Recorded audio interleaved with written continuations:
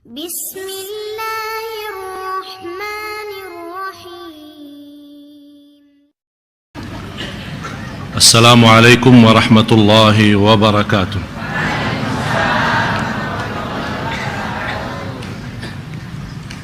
الحمد لله رب العالمين، وأشهد أن لا إله إلا الله وحده لا شريك له ولي الصالحين، وأشهد أن سيدنا ونبينا محمدا عبد الله ورسوله الصادق الأمين.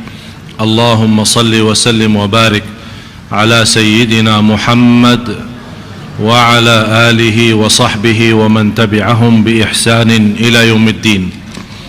سبحانك لا علم لنا إلا ما علمتنا إنك أنت العليم الحكيم.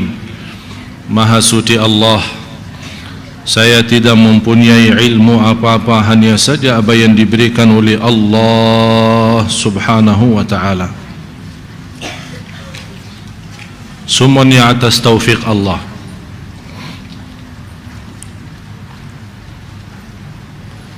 Yang merasa diri memiliki sesuatu itu sombong.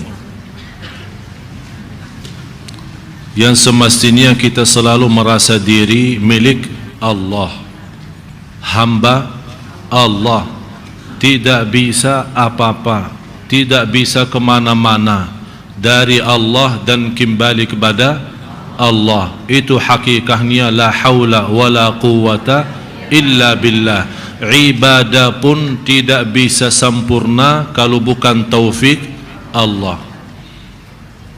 Sebagaimana bersabda Rasulullah sallallahu alaihi wasallam, innallaha idza ahabba 'abdan.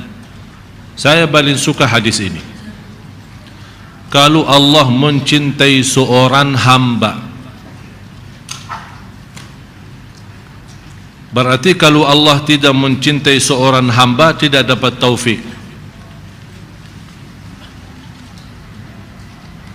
Dan selalu saya sampaikan, Allah memberikan dunia belum tentu Allah cinta. Jadi jangan anda merasa kekayaan itu tanda Allah mencintai kita. Adanya dunia, kehilangan dunia, sehat maupun sakit, senang maupun susah, itu sama sekali tidak ada tanda Allah cinta atau murka. Tapi yang menjadi tanda Allah mencintai seorang hamba, lihat agamanya.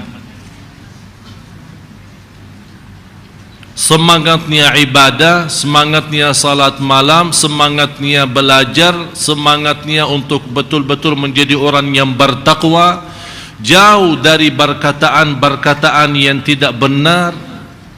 Kalau orang sengaja dan jelas mencaci makinya, sikapnya menghadapi dengan ikhlas dan sabar. Apalagi yang tidak jelas yang namanya isu dan fitnah, dia tidak sama sekali meresponi. Itulah tanda-tanda Allah mencintai orang itu. Innallaha idza ahabba 'abdan ista'malah. Kalau Allah mencintai seorang hamba, digunakan oleh Allah hamba itu. Digunakan apa? Dibukakan pintu taufik. Sahabat bertanya, ya Rasulullah, bagaimana maksudnya digunakan? Dijadikan apa? Qalu wa kaifa yasta'miluhu ya Rasulullah? Qala yuwaffiquhu fi 'amali khair. Allah menggunakan hamba itu, dibukakan pintu taufiknya untuk berbuat amal saleh. Saat dia berbuat amal saleh itu, Allah perintahkan malaikatul maut, silahkan cabut nyawanya. Itu namanya husnul.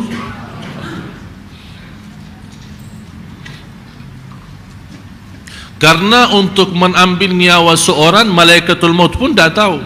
Dia menunggu perintah Allah. Allah tidak memberitahu malaikatul maut, hamba ini dicabut nyawanya saat dia lagi mabuk, atau saat dia lagi salat. Malaikatul maut tidak diberitahu hal itu. Yang dia diberitahu, dia menerima perintah cabut niyawahnya. Masalah keadaannya bukan urusan malaikatul maut. Oleh kerana itu Bapak Ibu, kita sama-sama merasakan iyyaka na'budu wa iyyaka nasta'in.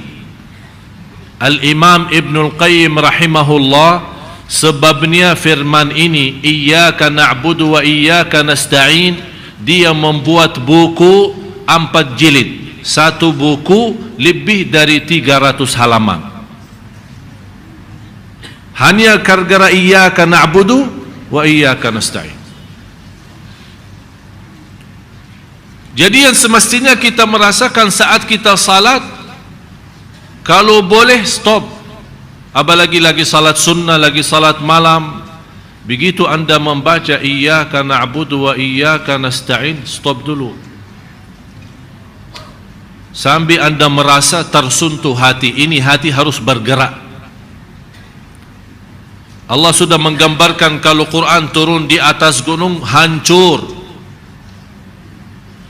Mana yang lebih kuat dan kasar, gunung atau daging manusia, hati manusia? Jelas lebih kuat dan keras gunung. Tapi bisa gunung itu hancur karena Al-Quran. Hati kita masa tidak bisa rasa. Kalau bisa kencang, bukan hanya kalbu kita yang malah seluruh tubuh badan kita berkencang saat mendengar kalamullah. Jadi pas anda baca iyyaka na'budu, hanya kepada Engkau ya Allah kami beribadah, ini murni ikhlas. Hanya kepada Allah kami beribadah, hanya kepada Allah kami memohon, hanya kepada Allah kami tawakal, hanya kepada Allah kami cinta, hanya kepada Allah kami memohon bertolong, hanya kepada Allah. Jadi semua hanya kepada Allah, tidak ada yang lain. Urusan dunia pun hanya kepada Allah. Ada masalah dalam rumah tangga kita, urusannya sama Allah. Apapun hanya kepada Allah. Jadi terwujud iyyaka na'budu dalam segala hal. Jangan anda memahami singkatnya ibadah adalah ibadah itu gerakan salat, baca Quran. Tidak. Dunia pun bisa jadi ibadah kalau kita berserah diri kepada Allah saat urusan dunia. Jadi tidak boleh kita merasa, oh saya pintar, saya cerdas, saya punya kelebihan, bisa menjadi orang kaya karena tenaga dan usaha. Tidak. Tapi karena taufik Allah. Ikhtiar saya pun, walaupun saya punya ikhtiar, tapi kita punya yakin, ikhtiar pun belum ada arti kalau belum ada izin Allah. Tapi tetap kita berikhtiar. Begitu kita merasa iyyaka na'budu wa iyyaka nasta'in, sudah merasa connect batin, sudah hatinya merasa hanya kepada Engkau ya Allah kami beribadah. Tapi segala ibadah itu yang kami harapkan menjadi ibadah ikhlas, khusyuk, murni, diterima. Ya Allah, kami tidak sanggup menyempurnakan ibadah kecuali dengan wa iyyaka nasta'in. Wa iyyaka nasta'in maksudnya, dan hanya kepada Engkau ya Allah kami memohon pertolongan. Pertolongan untuk apa? Untuk dunia, pertolongan untuk urusan anak, pertolongan untuk urusan usaha, urusan rumah, urusan bukan. Tapi wa iyyaka nasta'in, supaya ini wa iyyaka na'budu itu jadi sempurna. Supaya iyyaka na'budu jadi sempurna, ya Allah tolonglah kami supaya ibadah ikhlas, dunia lancar, ibadah diterima sempurna. Karena kami bukan pertolonganmu ya Allah, ibadah pun aja kacau. Ya mohon maaf, ibadah kita masih belum apa-apa.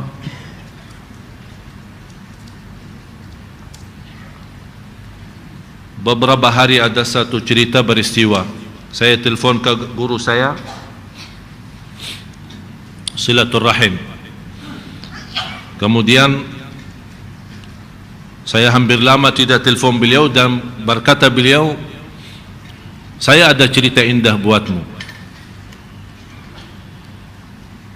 Saya mendengar. Sambil terputus teleponnya, isi pulsa lagi, terputus isi pulsa lagi. karena saya yang telefon.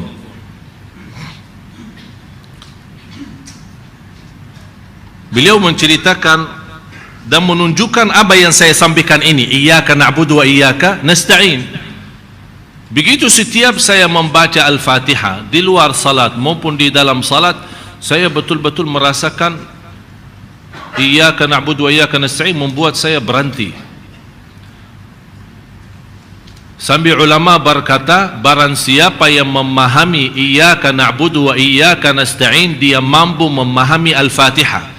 Barang siapa yang mampu memahami rahasia Al-Fatihah, dia akan mampu memahami segala isi Al-Quran.